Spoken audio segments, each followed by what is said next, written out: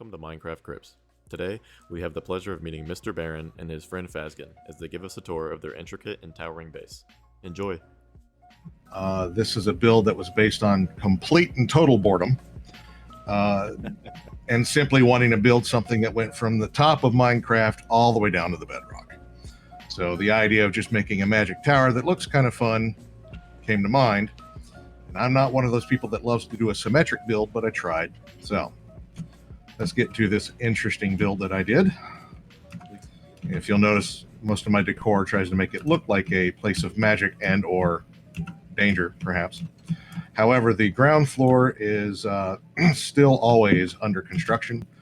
And instead of making a bedroom, I'm one of those people that in his workshop normally turns into my room. Just like my own bedroom. Anyway, so let's go down first.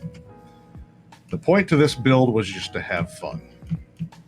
If you'll notice, all four corners of every level has lava flow in it. That will be an interesting addition to learning about this tower when we head up towards the top. If we keep going down, it's just level after level.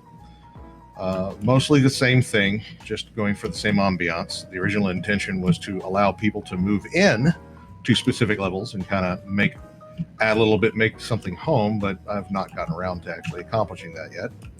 But this is also the part of the build that connects to Phasgon's, I guess, overzealous item farm or storage space, or you're going to have to see that at the end. All right, but a few rooms are bigger than others. And to show that it's a magic tower that's evidently held up by magic and crumbling, I made sure to leave nice big holes in different places. We keep going down. Yet another level, looks all the same. This is where I started having a little bit more fun. Made a nice big hole in the tower, and you can see that it goes further down. But the point to this being that if you try to take the stairs, you will plummet. But this is where the tower is supposed to take its darker turn, where you're getting into darker magic, getting closer to the bottom. And of course, you've got floating lanterns now. As we come down, I started building with obsidian to get it even darker, a little more interesting perhaps. Further down, it was coal. And now I went to concrete. Further down again, and you're going to get towards the bottom. You can look out over the middle. This is basically where I planned on enchanting everything. Now, the point of this being is that just below this level is bedrock. But if we just go out, you'll see that this is where the lava decides to pool. This was fun digging this out and trying to make it work. Now, getting up the build's a little bit easier. Our friend Dark was willing to put in a few teleport signs. However, I'm going to have us walk up to begin with. The first level up is the lava farm. This is basically where we grab our steel buckets, and if we fill up this chest, they will continue to fill up the furnaces below. This allows us, with a simple lava farm like this, to continue smelting indefinitely without much interruption. This was where I began as my first storage room. Then Phasgon came along and made most of this completely and totally obsolete. We keep going up. Be careful, because you can fall off, and you'll see the nice big hole in the side of the tower. Then I threw in a few rooms like this, because I figured, something that looks like a torture chamber would be appropriate. Although anybody being tortured evidently has broken free of the chains way back when.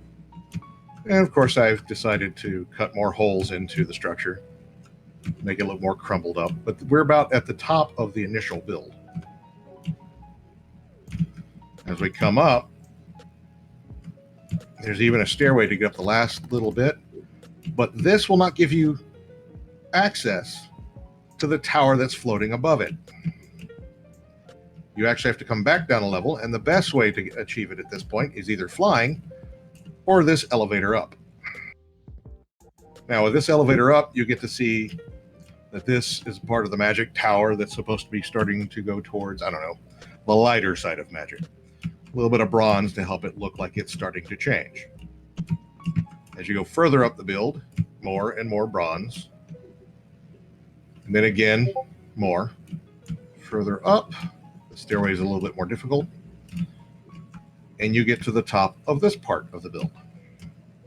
So this is where the bronze level basically stops. Well, you see one above, but it's going to change again. So basically, this is another middle part of the tower with even more above it, because we're nowhere near the ceiling of Minecraft yet. All right, so the best thing to do is use this elevator again.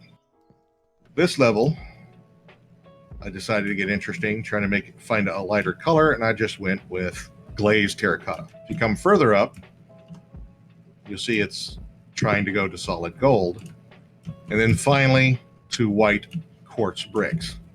A nice quartz level up above with a long staircase, just like the others. And now you come to the top of the build. This is where I decided that I wanted to have a giant glowing sun, ball of lava, whatever you want to call it. And this is where all of the lava originates from that pours down the entire tower. But to really get a feel for how interesting this was to build, which I tried to make it symmetric, but that was almost impossible with what I was trying to accomplish. So I just made it as round as possible. But you're going to want to fly around it to get a better look. And there it basically is my build. And the intention was to continue adding on to it. And if people decided they wanted to move in, ask them not to break anything in the rooms, but they could always add whatever they want for the ambiance. Best thing to do next is go back down to the bottom and let Phasgon show off the giant chamber of chests he has created. Hi there. I'm Phaz. I just had an idea and I just said, hey, can I do this? And he said, sure. I said, okay, I'll put it off here where it's not out of everybody's way. Kind of hit it off in the corner and buried it in the ground. At least that's how it started. Then realized I was going to have to expand it a little bit. This is my room. This is the storage recovery area. As you can see, I have about 40 chests on each side. Well, almost 40 chests. We're still working on this side over here. And I got about 40 chests down the middle. Basically, if you want any item that we happen to store here, you just have to go to this wall eventually and look it up, see which number it is, starting on the left, working your way around, and then back to the right. Not a big deal on that. The cart comes in over here on the corner by the door, goes up the wall and up to the upper floor. We'll go to that in just a minute. But the same thing can be accomplished if you have items in your hand. You can drop them in this chest here, and they'll go up the Water elevator. Water elevator, thank you. And as you see, and then they'll be sorted and stored in each one of the boxes appropriately. If it does not have a section stored for it, it will end up in the very last box at the end. I'll show you that in a minute. And then I can collect it from there and create a box for it, or a section for it. Let's take the stairs. Okay, this is areas right here where we're standing still under construction. Far area is where it has been completed. The area over here to your right is where the minecart comes in, as it's sitting there right now, and dumps off the information into the items into the box there, and then it drops it into the sorting machine, and it sorts it out and drops it in the appropriate box. The sorting system is taken from another sorting system that was here. Basically, you just lock the hopper with a sort item, and the object in the first box needs to be the item that you want to be sorted. It compares it, drops it in the one below it, and then it drops it into the boxes and takes it all the way down to the bottom floor. That's basically it. It's not too hard. It's just a simple sorter that just I expanded the heck out of it. Usually the big items we're going to put in here, stuff like blocks and whatnot. But yeah, I put little stuff in here, as you see, iron bars, kelp, anything you can think of, you can put in here and it'll sort it. It's very, very true. But this is basically what EGO is about. Safe place to just goof off, build what you want, play around. So this has been a labor of love and just an ongoing process. other than that, this is it. So thank you for coming to see our build. Hope you like it. If you have any suggestions or add-ons, or if anybody decides they want to come look at it and help with it, just ask.